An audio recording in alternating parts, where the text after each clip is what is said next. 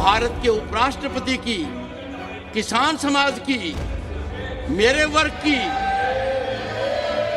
मैं पूरी आहुति दे दूंगा हवन में। मैं खुद की परवाह नहीं करता। मेरी बेइज्जती कोई करता है मैं सहन करता हूं, खून की घूंट पीता हूं। किसान समाज को बेइज्जत कर दिया, मेरी जाति को अपमानित कर दिया।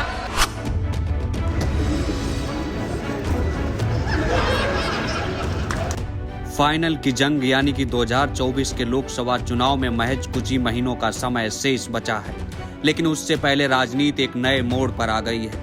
लोकसभा और राज्यसभा से विपक्ष के अब तक 143 सांसद निलंबित हो चुके हैं, जिसको लेकर विपक्षी सांसद अब सड़क पर आ गए हैं। संसद के शीतकालीन सत्र के दौरान सत्ता पक्ष और विपक्ष के बीच आपसी बयानबाजी का दौर जारी है। 13 दिसंबर को संसद की सुरक्षा में सेंध को लेकर विपक्षी दल केंद्रीय मंत्री अमित शाह से संसद में बयान देने की मांग कर रहे हैं। वहीं सत्ता पक्ष का आरोप है कि विपक्षी सांसद किसी न किसी बहाने से संसद की कार्यवाही को नहीं चलने दे रहे। संसद के अंदर विपक्षी सांसद कुछ इस कदर हंगामा कर रहे थे कि लोकसभा अध्यक्ष और राज्यसभा के सभापति को एक्शन लेना पड़ा। अभी तक दोनों ही सदनों से हंगामा कर रहे 143 सांसदों को निलंबित किया जा चुका है, जिसको लेकर आज विपक्षी सांसदों ने पुरानी संसद भवन से विजय चौक तक सरकार के खिलाफ विरोध मार्च निकाला। इंडिया गठबंधन की तरफ से निकाले गए इस मार्च में कांग्रेस अध्यक्ष मल्लिकार्जुन खड़गे समेत तमाम दलों के सांसद शामिल हुए। इस दौरान मल्लिकार्जुन खड़गे और उनके साथ चल रहे सांसदों ने अपने हाथों में एक बड़ा बैनर पकड़ा हुआ था, जिस पर लिखा था लोकतंत्र बचाओ। मार्च करने वाले सांसदों का नेतृत्व कांग्रेस प्रमुख मल्लिकार्जुन खड़गे कर रहे थे। उन्होंने सत्तारूढ़ भाजपा पर लोकतंत्र में विश्वास न रखने का आरोप लगाया। खड़गे ने कहा कि संसद में बोलना हमारा हक है। पीएम और गृह मंत्री हर जगह बोलते हैं, लेकिन संसद में नहीं बोलते। बात करना हमारा हक है। हम चुने हुए सदस्य हैं और लोगों के भावना को पार्लियामेंट में बताना पार्लियामेंट मेंबर्स का कर्तव्य होता है, वो हम कर रहे थे। लेकिन यहाँ पर जो घटना घटी लोकसभा में, वही मुद्दे पर लोकसभा और राज्यसभा में हम ये उठाना चाहते थे कि क्या सिक्योरिटी ब्रीच कैसा हुआ, कौन उसके लिए रिस्पॉन्सिबल है और क्यों ऐसा हुआ, इसके बारे में आप सदन को बताइए। और सदन तो ये देश का बहुत बड़ा पंचायत है। अगर आप सदन में नहीं बोलेंगे तो कहाँ बोलेंगे?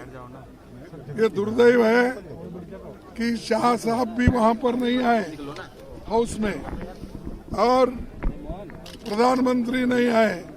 तो वहीं बीजेपी ने प्रेस कॉन्फ्रेंस की और विपक्षी सांसदों के मार्च पर निशाना साधा। बीजेपी प्रवक्ता संबित पात्रा ने कहा कि मजाक उड़ाने वाले मार्च निकाल रहे हैं, शराब घोटाला करने वाले भाग रहे हैं। घमंडिया अलायंस के मार्च, घमंडिया अलायंस के प्रोटेस्ट देखने को मिल रहे हैं। जहां तक घमंडिया अलायंस का सवाल है, जहां तक इंडी अलायंस का सवाल है, उनको जोड़ने वाला जो फेविकॉल है वो दो है। एक है शराब और दूसरा है अपमान।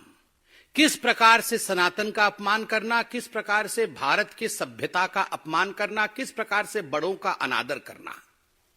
आज दोनों विषय हिंदुस्तान की राजनीति और हिंदुस्तान के मीडिया की खबर की धुरी बनी हुई है। शराब धुरी बनी हुई है।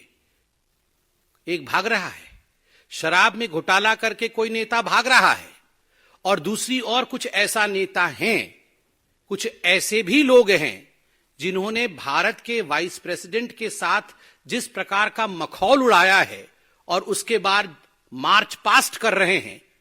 दरअसल संसद से निलंबित किए गए विपक्षी सांसदों ने संसद के गेट पर प्रदर्शन किया था। इस दौरान टीएमसी सांसद कल्याण बनर्जी ने सभापति जगदीप धनखड़ की नकल की थी। राहुल गांधी जिसका वीडियो बनाते हुए नजर आ रहे थे। इसी के बाद से ही बीजेपी और इंडिया गठबंधन में आरोप प्रत्यारोप की राजनीति जारी है। बुधवार को 13वें दिन ऐसा पहली बार हुआ जब बगैर विपक्षी सांसदों के केंद्र सरकार ने कई अहम बिल पास करवा लिए। लोकसभा में मौजूद आपराधिक कानूनों को बदलने के लिए लाए गए 3 विधेयक पास हो गए। विपक्ष के कुल 97 सांसदों की गैर मौजूदगी में नए क्रिमिनल बिल पर चर्चा हुई। फिर गृह मंत्री अमित शाह ने जवाब दिया, जिसके बाद बिलों को पास करा दिया गया। नए क्रिमिनल बिलों को अब राज्यसभा में रखा जाएगा। वहां से पास होने के बाद इसे मंजूरी के लिए राष्ट्रपति के पास भेज दिया जाएगा। बहरहाल संसदीय इतिहास में ऐसा पहली बार हुआ है जब विपक्ष के 140 से ज्यादा सांसदों को एक साथ निलंबित कर दिया गया हो। Bureau report, Punjab Kesari TV. हमसे जुड़े रहने के लिए हमारे YouTube चैनल को सब्सक्राइब करें और नई वीडियो की नोटिफिकेशन के लिए बेल आइकॉन को दबाएं।